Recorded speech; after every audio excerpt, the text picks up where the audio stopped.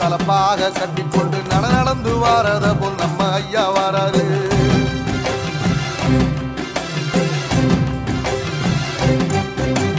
கர்ணன் கொடுத்ததென்ன சீதக்காரி இறந்ததென்ன ஐயா உசுறு வர அள்ளி அள்ளி தருவாரு.